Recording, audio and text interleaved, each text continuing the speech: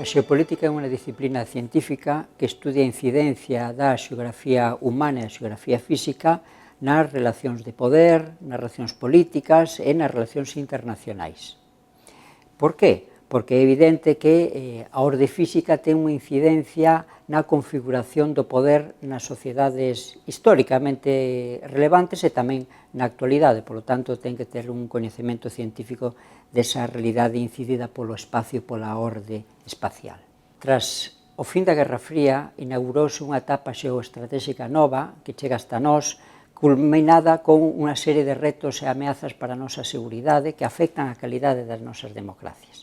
Aí temos conflictos tradicionais como os conflictos armados, a espionaxe, o crime organizado, o terrorismo. Temos conflictos novos como as ciberameazas, as desinformacións que camiñan a través de campañas tecnolóxicas e problemas tradicionais que agora teñen unha óptica de seguridade, como o cambio climático, a migración irregular de persoas, as epidemias, as crisis financeiras.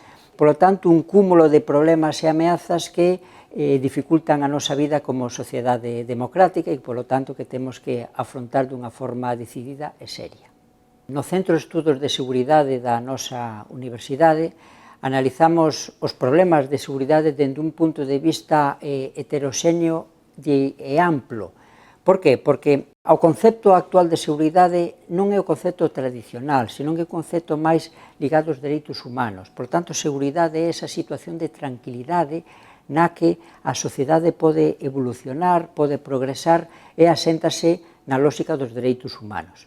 Pois ben, desde esa óptica, facemos un cúmulo de actividades relacionadas co crime organizado, ca ciberseguridade, tamén ca seguridade enerxética e o acceso á enerxía, e desenvolvemos varios proxectos de investigación, actualmente un relativo á manipulación informativa como problema para a calidade das nosas democracias. Un proxecto de investigación que ten unha relación ou unha conexión con varias universidades internacionais que está tendo moi boa resposta en diversas institucións. Os principais logros do Centro de Estudos de Seguridade dos últimos anos quizás sexan dous principais. Un, a proxección internacional. Temos conexión a actividades en varios países e tamén en varios centros de investigación internacionais. Eso foi unha vía moi importante para a nosa visibilidade. E outro compromiso, outro éxito recente foi un premio que nos deu o Colexio de Informáticos de Galicia relacionado co proxecto de investigación sobre manipulación informativa. Por qué? Porque para afrontar as respostas á manipulación informativa temos analizando unha serie de ferramentas tecnolóxicas que detecten, con base en inteligencia artificial, esas fake news. Por lo tanto, esa actividade mereceu fai 2 semanas un premio do CEPEG, do Colexio de Enxeñeiros Informáticos.